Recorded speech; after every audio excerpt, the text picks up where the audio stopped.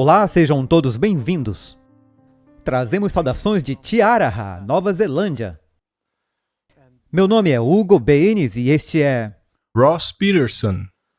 E é nosso privilégio dar a vocês uma atualização sobre o projeto de escavação da Arca de Noé em outubro de 2022. Mas antes de entrarmos nessa atualização, eu gostaria apenas de dizer algumas palavras sobre a TV First Light da Nova Zelândia. No mês passado, a TV First Light da Nova Zelândia celebrou seu 10º aniversário de transmissão das 3 mensagens angélicas em toda a Nova Zelândia. E agora também na Grã-Bretanha e até mesmo muitos lugares da Europa. O que é maravilhoso. 10 anos atrás, aconteceu um acampamento de outono em Rotorua, na Nova Zelândia, em janeiro de 2012.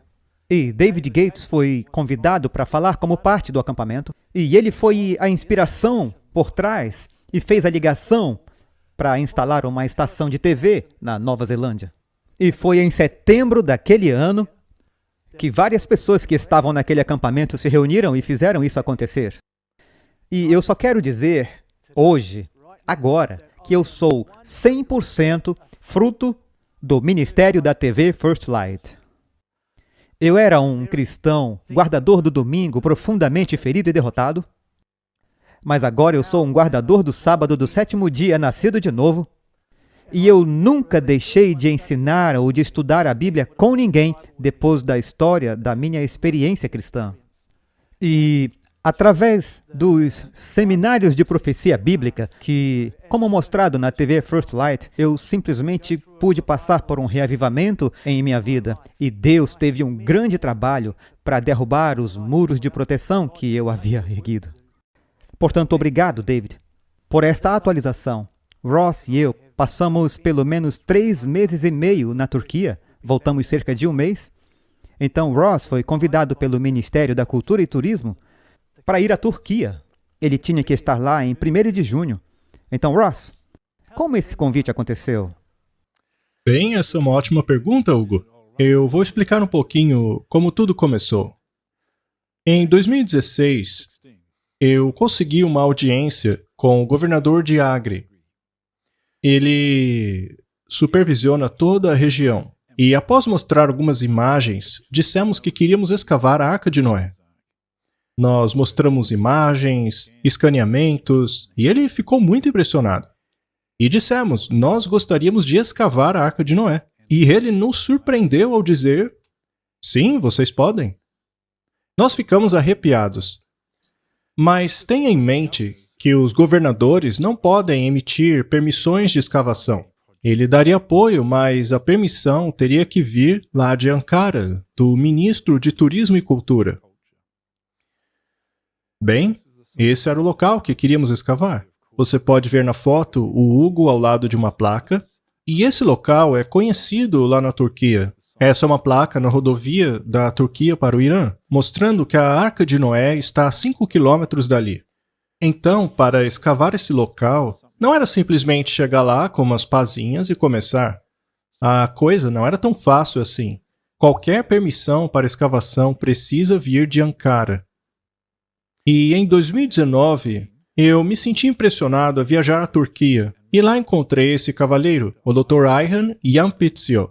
Na foto, nós estamos na cafeteria da universidade. Ele leciona arqueologia na Universidade de Kars. Essa imagem no começo desse ano. Nós fomos encontrá-lo lá em Kars, a fim de trabalharmos neste ano. E o que aconteceu é que ele foi ao ministro de turismo e encontrou-se com algumas pessoas. As pessoas certas, devo dizer. Temos aí o ministro de Turismo e Cultura de Ankara, o indivíduo que lidera todas as escavações do país, na Turquia. Agora, ir para aquele local e escavar a Arca de Noé seria uma tarefa e tanto. Era necessário antes ir ao local para fazer uma pesquisa, procurar por antigas fortalezas na região, e ele me convidou para fazer parte dessa pesquisa, do time de pesquisa. Esta é a carta oficial que eu recebi dele. Você pode ver ali no topo o selo do Ministério da Cultura. E agora vocês podem ver a tradução da carta. A carta foi do Dr. Ayhan, proveniente da Universidade de Kars. E ela diz assim: Uma vez que você fez parte do time de 2022 de reconhecimento arqueológico das províncias de Agladir, que foi dada com a permissão do Ministério da Cultura e Turismo e do Diretório-Geral de Herança Cultural e Museus, eu peço gentilmente que o senhor esteja em Dugubayazit em 1º de junho de 2022. Então, é por isso que fomos lá este ano. Fomos convidados pelo Dr. Ihan com a permissão do Ministro de Turismo e Cultura.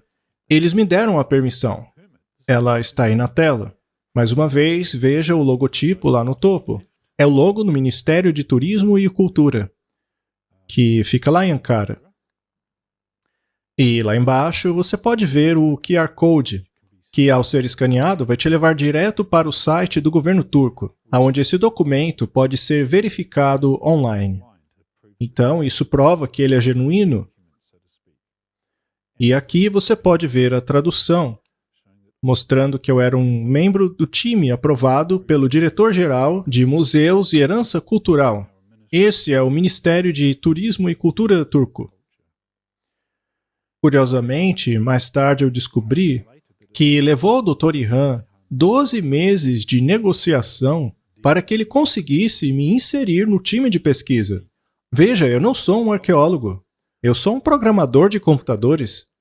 E conseguir inserir um programador de computadores em uma escavação arqueológica aprovada pelo Ministério de Turismo da Turquia realmente não foi pouca coisa. Eu precisei visitar a embaixada em Wellington e dar documentos a eles para mostrar quem eu era, antes que essa permissão me fosse concedida. Então eu sou extremamente grato ao Dr. Ihan por ter me convidado e por ter que passar por toda essa burocracia para me inserir no time. Este reconhecimento foi o primeiro passo em estabelecer uma credibilidade para o Dr. Ihan, para mim e para os outros do time arqueológico lá na Turquia. Aqui nós estamos chegando lá no começo desse ano. Tem um escritório que construímos lá na Turquia para este projeto. Esta é a entrada do escritório do projeto de escavação da Arca de Noé. Aí nós estamos fazendo uma reunião e lá atrás você pode ver o Dr. Ihan, sentado bem ao lado do Hugo, assim como outras pessoas de universidades envolvidas nesse projeto. Então eu tive o privilégio de fazer parte do time de reconhecimento que procurava antigas fortalezas da época de Uratã. Uma coisa interessante é que muitos destes locais estão sendo pilhados e roubados. Este buraco aí foi feito por uma escavação ilegal. Esse buraco foi feito por locais que costumam escavar a região em busca de tesouros e outras coisas valiosas. E eu garanto a vocês que eles certamente encontraram muitas coisas ali. Como eu já disse, é ilegal fazer escavações arqueológicas ali, mas ainda assim é muito comum esse tipo de ocorrência. Então, parte do nosso reconhecimento foi documentar essas escavações ilegais. Aí na foto vocês veem algumas ruínas antigas. Nós estamos mapeando e fazendo o reconhecimento do local, documentando essas fortalezas. Nessa foto vocês podem me ver com algumas pessoas do time, que consiste de arqueólogos, paleontólogos, geólogos, e algumas dessas pessoas aí são estudantes de PhD em arqueologia. Essa é uma imagem mais ampla, e eu estou ali na esquerda. Eu estou ao lado do meu bom amigo Recep. Agora, a maior parte dessas pessoas vinham de universidades, mas o Recep, que está ali do meu lado, na verdade, ele fazia parte do Ministério de Turismo e Cultura. O Ministério fez questão de estar presente para supervisionar o nosso trabalho. Ele supervisionava um dos líderes do time ali. E ele tinha que fazer um relatório diário de nossas atividades. Tudo que tínhamos feito ali. Então ele estava, na verdade, examinando, ele estava, na verdade, observando a eficiência de toda a equipe, a harmonia, a dinâmica da equipe e, obviamente, para você, como estrangeiro, Sim, para estar envolvido. Escrevendo um relatório diário. Foi tipo firmar ou quebrar uma fundação para saber se essas relações de trabalho poderiam continuar no futuro. Sim. Ele estava se certificando de que estávamos fazendo tudo direitinho, dentro da lei, como Exato. um bom time. E isso é muito importante porque houve um bom feedback deles. o relatório dele foi muito positivo em relação à minha participação. Eu acabei sendo praticamente o fotógrafo oficial da expedição. O Dr. Ihan, quando fez o relatório dele, ele usou as minhas fotos. E o curioso é que, no fim das contas, muitas pessoas ali do time queriam as minhas fotos. É porque a minha câmera era de maior qualidade ali. Sim. E pelo que eu pude ver, por algumas semanas, parecia que você estava gastando seu papel na equipe e a sua câmera maravilhosa e a sua disposição para cooperar, pois pareceu que você era indispensável e eles Sim. amavam isso, pois você estava produzindo material Exato. que eles poderiam utilizar nos seus relatórios. Sim, é isso mesmo. Então, eles falaram bem de mim. O que é importante, porque se quisermos seguir adiante e conseguir o nosso objetivo principal, eles já estão familiarizados comigo. O meu nome está registrado lá no Ministério e qualquer um que procure saber quem é Ross Patterson da Nova Zelândia, eles vão saber que eu estava envolvido no projeto. Isso é bom. Sim. É um bom cartão de Sim. visitas. É realmente algo muito Maravilhoso. útil. Aqui estão algumas imagens da nossa base. Você pode ver o sinal lá em cima da minha cabeça. E eu saliento de novo que isso é oficial. É um projeto do Ministério da Cultura e Turismo. Esta aqui é uma placa bem na porta da base. A primeira linha diz Ministério do Turismo e Cultura. Então, tudo está sendo feito dentro da lei e apropriadamente. E uma vez estabelecida a nossa credibilidade, se podemos chamar assim, com o governo e o ministro, então temos uma boa base para seguir adiante. Agora eu vou mostrar algo para você muito significativo. Ali no fundo desta imagem está o Monte Carlos. Foi atrás dessa montanha que o Ron Wyatt, pela primeira vez, em 1977, descobriu as Pedras Âncoras. E nessa viagem nós descobrimos pontos muito importantes nessa montanha, que abriram todo um novo ano de pesquisas. Nós não prevíamos isso. Aí estamos nós, com a família do Faisal, eu estou à direita, e ao meu lado está o Faisal, que é o líder da vila. E ali na esquerda, como podem ver, é o Hugo. E entre o Hugo e o Faisal está Murat, nosso principal contato na Turquia. As crianças são os netinhos do Faisal. Eu conheço o Faisal há muitos anos já, desde os anos 2000. Essa foto aí é de 2005. E foi nessa vila que o Ron Wyatt descobriu as Pedras Âncoras. Nós acreditamos que essas pedras foram da Arca de Noé. Elas serviam para dar estabilidade ao barco, para dar mais estabilidade nas águas violentas do grande dilúvio.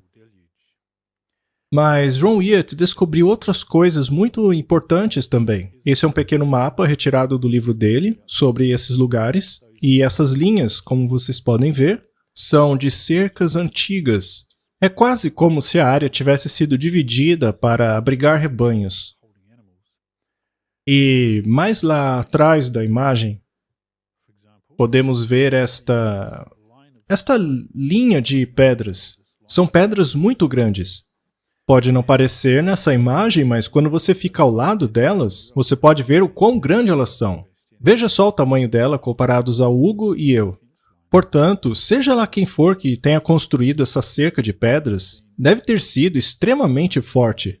Do contrário, não seria capaz de mover essas pedras desta maneira e fazer essa cerca. Não se vê mais esse tipo de coisa sendo feita lá hoje em dia. E veja como elas são cobertas por terra, o que quer dizer que houve erosão, então elas realmente são antigas.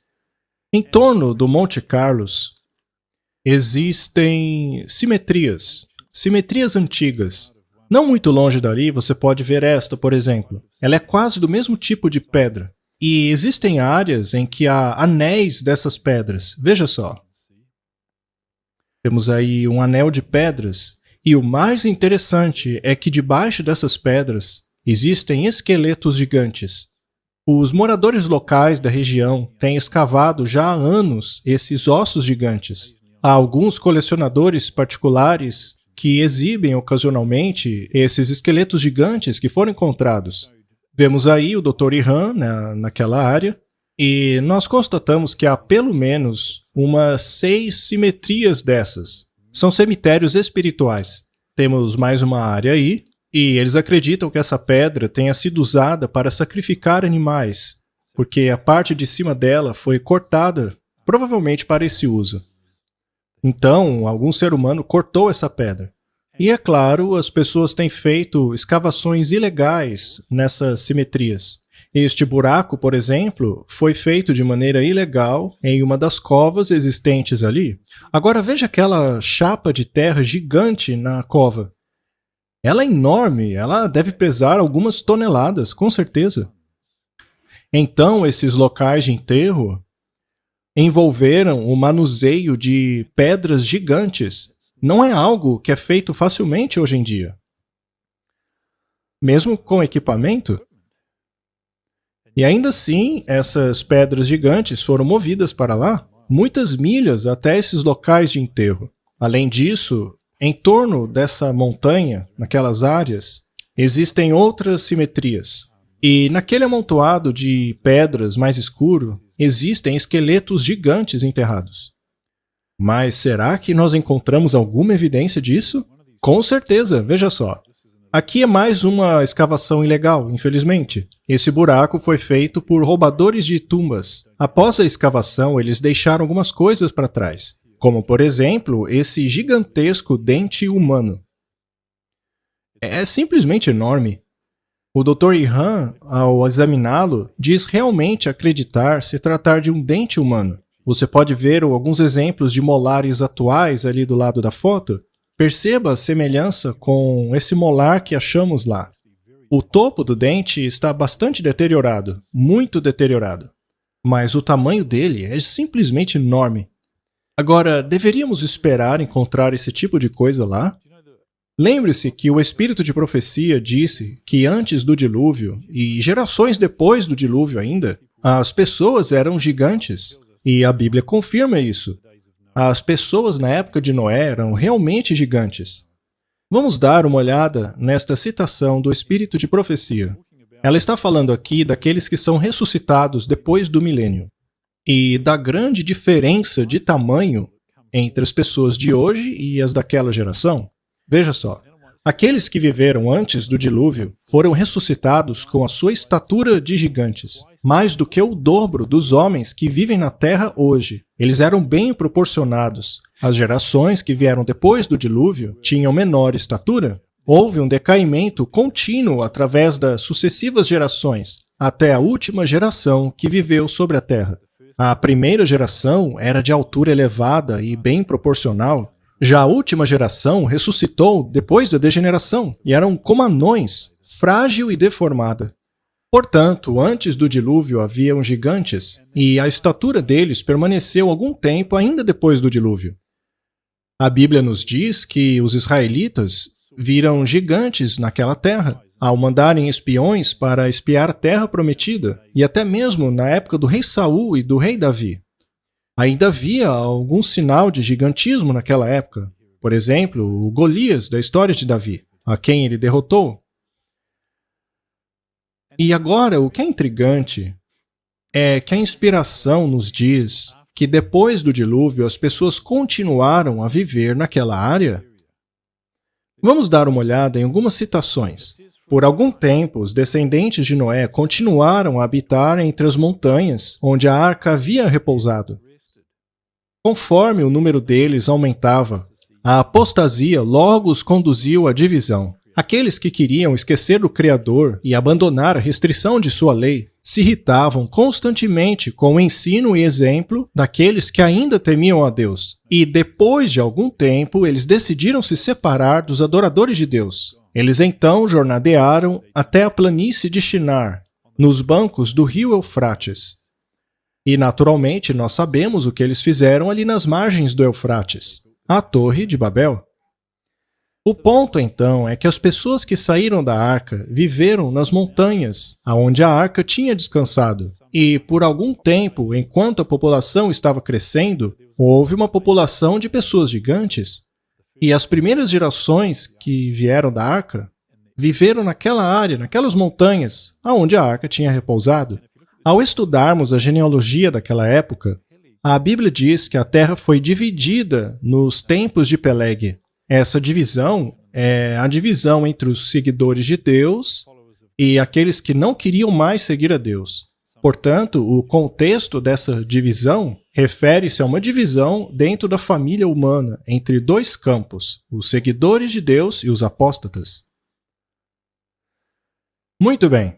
Enquanto estivemos lá, tivemos a chance de escavar e explicar ao Dr. Ihan aonde gostaríamos de realizar a escavação preliminar. Ou seja, escavar aonde Ron Wyatt encontrou alguns edifícios interessantes ali. Em 1977, encontrou esta construção no vale próximo à Vila de Azeb. O que vocês veem na tela é uma colagem feita a partir dos quadros do filme de 8mm feitos por ele. E próximo a essa antiga construção estavam algumas lápides. E alguns anos depois, no começo dos anos 80, uma dessas covas foi escavada. Você pode ver o buraco aí. E, segundo o relato, foi encontrado neste buraco um grande sarcófago com alguns pertences e um grande esqueleto humano. Desde este período, muitos ladrões de tumba atacaram a região. Veja aí o mesmo local nos dias de hoje. Eles cavaram todas as ruínas. E nós sugerimos ao Dr. Ihan que seria uma boa ideia escavar nessa região. Na imagem, vocês podem ver o time de escavadores, juntos com o Dr. Ihan. Nós, então, marcamos aquela área. Ela foi isolada com cordões, e você pode ver aí as placas oficiais. As placas dizem que trata-se de uma escavação oficial do Ministério de Cultura e Turismo, e fica proibido escavações não autorizadas no local. Esta foto mostra o Hugo apontando para uma dessas placas oficiais do governo.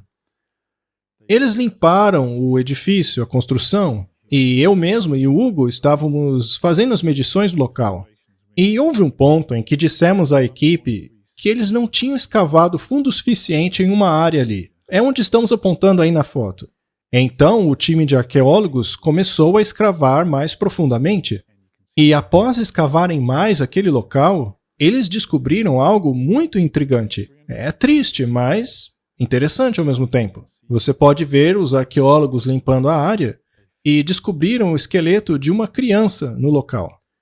Você pode ver o crânio dela com os ossos. A criança tinha aproximadamente 1 metro de altura.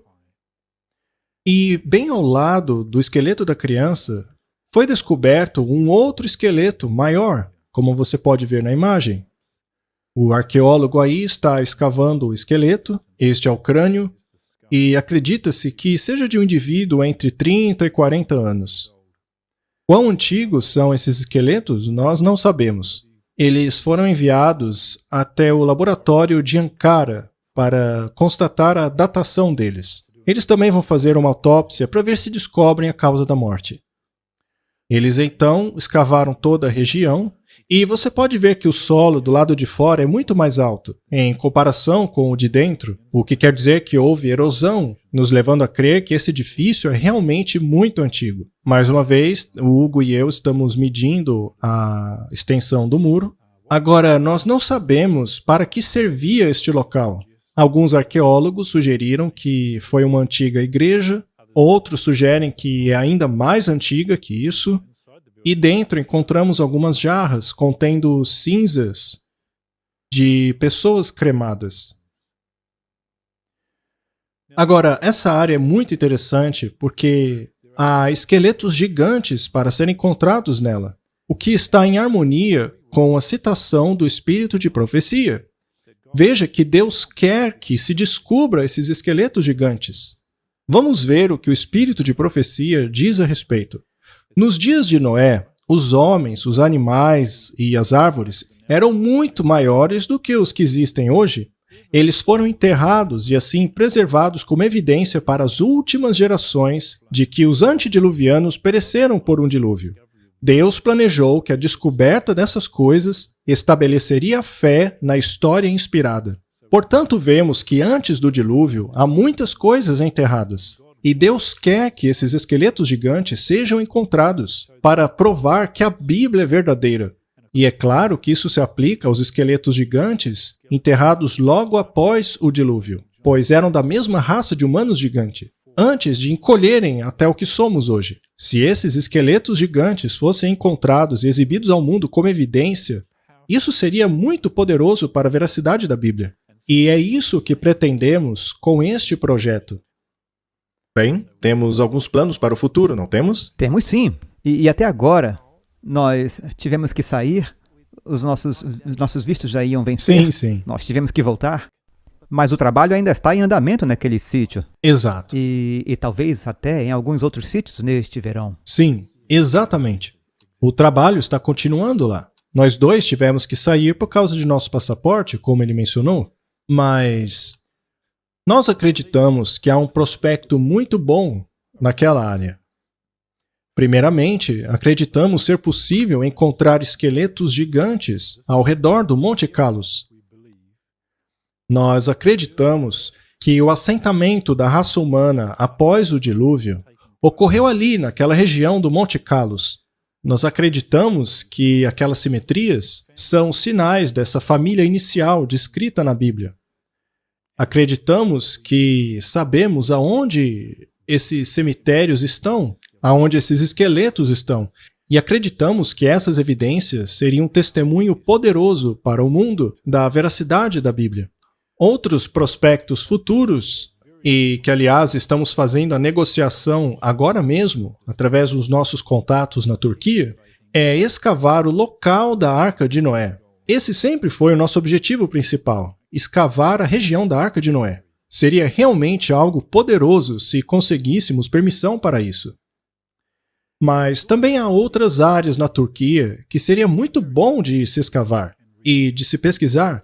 Por exemplo, o local da Torre de Babel. Há muitas evidências que apontam que a Torre de Babel tenha sido na Turquia e não no Iraque, como muitos creem. Os primeiros anos da civilização humana se concentraram no local que hoje chamamos de Turquia. Nós também vimos a construção de um novo alojamento. Fomos muito abençoados em poder construir em uma área privada. Nós ajudamos a financiar esse edifício. Aqui vemos o alojamento, que será utilizado em um futuro trabalho. Ele possui local para refeições, cozinha, salões para reuniões. E no último andar estão as acomodações, os quartos.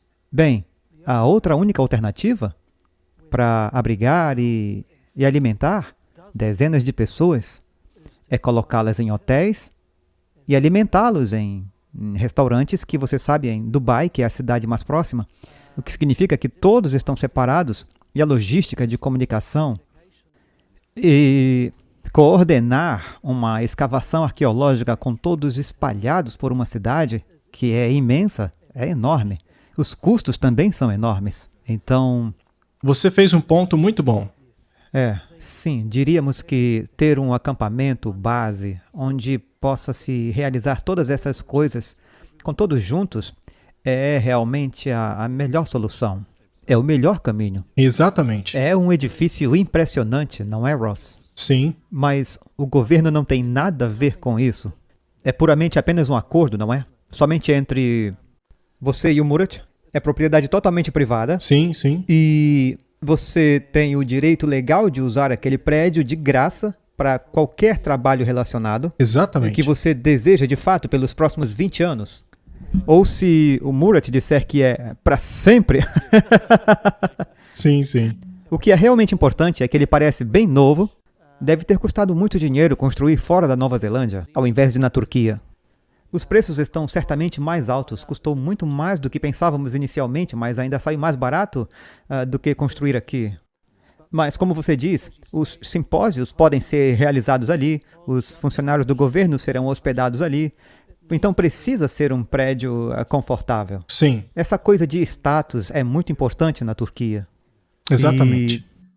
Mas nós realmente avançamos pela fé, não foi? Uhum. E também conseguimos sair do cheque especial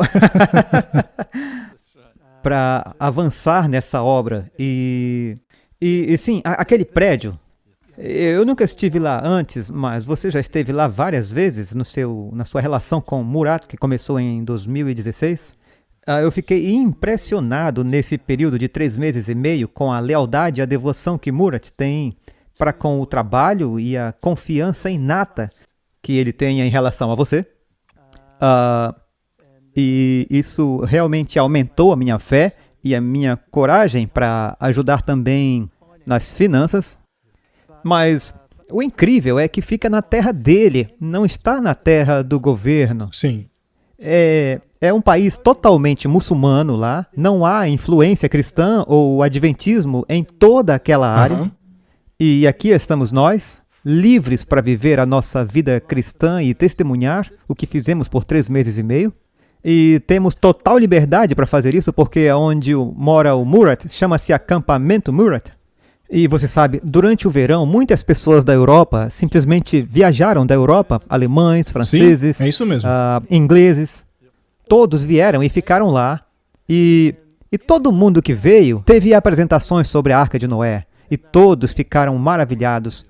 E foi incrível. Na manhã seguinte, enquanto tomávamos café da manhã com essas pessoas, eles falavam que podem passar por uma crise existencial com seu paradigma de visão de mundo e de como eles pensam. Sim. E então o trabalho missionário que acabamos fazendo lá foi desimpedido. Foi simplesmente incrível para mim. E de enorme... É quase mais importante do que todo o resto.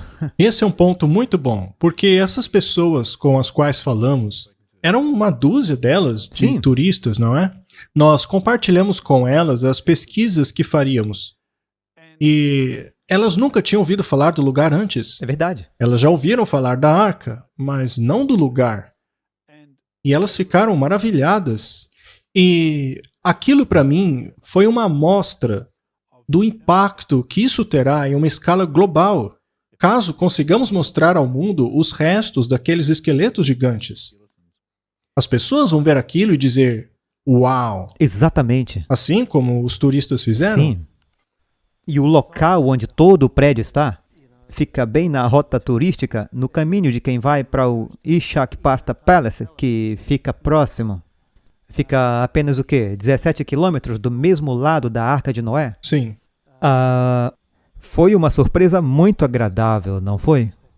Ter toda essa facilidade e ver como ela pode ser usada para o trabalho missionário e hospedagem, no caso dos funcionários do governo turco. Exatamente.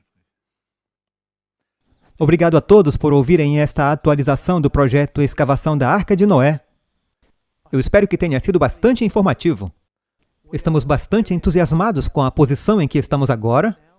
As instalações foram construídas, contatos foram feitos, relacionamentos também foram construídos até as camadas superiores do governo, que podem influenciar e promover este projeto. Mas estamos numa encruzilhada agora. O trabalho que realizamos nos últimos 3 anos e meio precisa de financiamento e trabalho para levar este projeto adiante. Estamos ansiosos para realmente trazer evidências e testemunhos para esta última geração do mundo. Precisamos de financiamento. E sem isso, não podemos ir mais longe. Então, se você puder ajudar, ficaríamos imensamente gratos por qualquer assistência no financiamento, e é tudo para a glória de Deus. Nós acreditamos totalmente que isso é da vontade de Deus. Nós avançamos com muita fé para fazer o trabalho que fizemos nos últimos 3 meses e meio. E gostaríamos de ver isso continuar avançando. Esperamos que você possa se juntar a nós nessa empreitada também. A Deus seja a glória. Amém e obrigado.